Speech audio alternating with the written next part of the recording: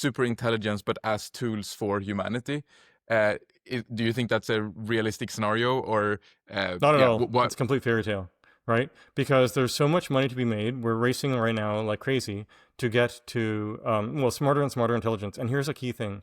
Intelligence is unbounded. We think it's bounded because our level of intelligence is bounded by the size of our skulls, which is bounded by how big a baby can pop out of its mother's womb, right? And Yeah, that's it. And there are some bigger brains out there in the animal kingdom, notably elephants, for example, or whales, but their brains are tuned to different things, right? For dolphin brains are also bigger. They're tuned for GPU processing, for sonar, basically, right? Echolocation, if you will. A key thing: intelligence is unbounded. And so as people go to bigger and bigger clusters, from 100,000 GPUs to 400,000 GPUs to a million GPUs to 10 million and so on, and we create the energy for it to boot with more and more nuclear and solar and everything, basically, we're, the intelligence will get higher and higher and higher, and at some point it will clearly be past AGI, par with humans across the board, right? And it's not going to stop there, right? It's going to keep going, right? We're bounded, but silicon isn't bounded in the same way, right? And these intelligences are clearly shaped slightly differently, and they could be shaped wildly differently. We've just been tuning them right now to be shaped somewhat like us. But of course, that will change over time too, as the training data is trained much more directly on videos of the real world and physics and more of that, and that's happening bit by bit, right?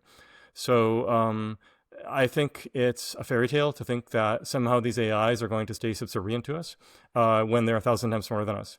It's sort of like, imagine the ants came to us, like the insects, right? And they're at your feet, and you're looking down at your feet, and they say, "Dear humans, we would like you to dumb yourself down or align yourself with ant values, please." And we'd be like, "No, screw off." And if they start trying to push back and bite our feet and stuff, we'd kick on them and stomp them and maybe burn them or something, right? It's just we can't even comprehend what it is like to be 1,000x smarter. We can just know that just like we are gods to the ants, they can't comprehend our intelligence. These super intelligences will be gods to us. We won't be able to comprehend it. Fortunately, right. there are science fiction novels that explore this too, right? Where there's these AIs out there that are basically gods, and so it's really useful to think of it that way. The tools thing, I mean, I've been building tools to augment people's intelligence, since the late 90s, right? With my first two companies, AI for Chip Design. And that was narrow AI though, right? It was augmenting chip designers' intelligence such that they can design a chip with a lot of transistors, right? When chips first came out in the mid 60s, maybe you'd have 20, 100 transistors. Now you have 20 billion, right? Yet it's still only a team of, 10, 20, 30 engineers over a span of, say, 3 months. So say 20 engineers over 3 months. Before it was 100 transistors, now it's 20 billion. What's made the difference? Well, of course, Moore's law has progressed. Smaller transistors, but it's been possible thanks to the CAD tools, the computer-aided design tools. And at first, these CAD tools were just like if then else, et cetera, but they did get fancier and fancier. By the early 80s, simulated annealing was invented for CAD initially for chip design, and that's actually evolved into the Atom algorithm and now modern AI training algorithms. Interestingly, right?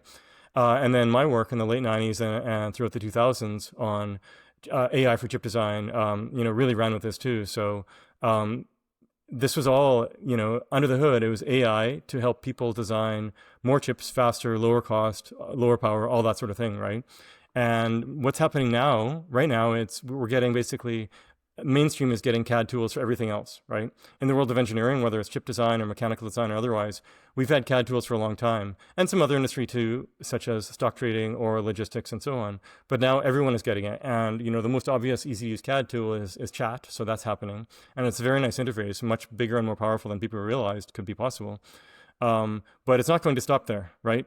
Just like, at first people thought they could, manage basically a CAD tool for playing chess, if you will.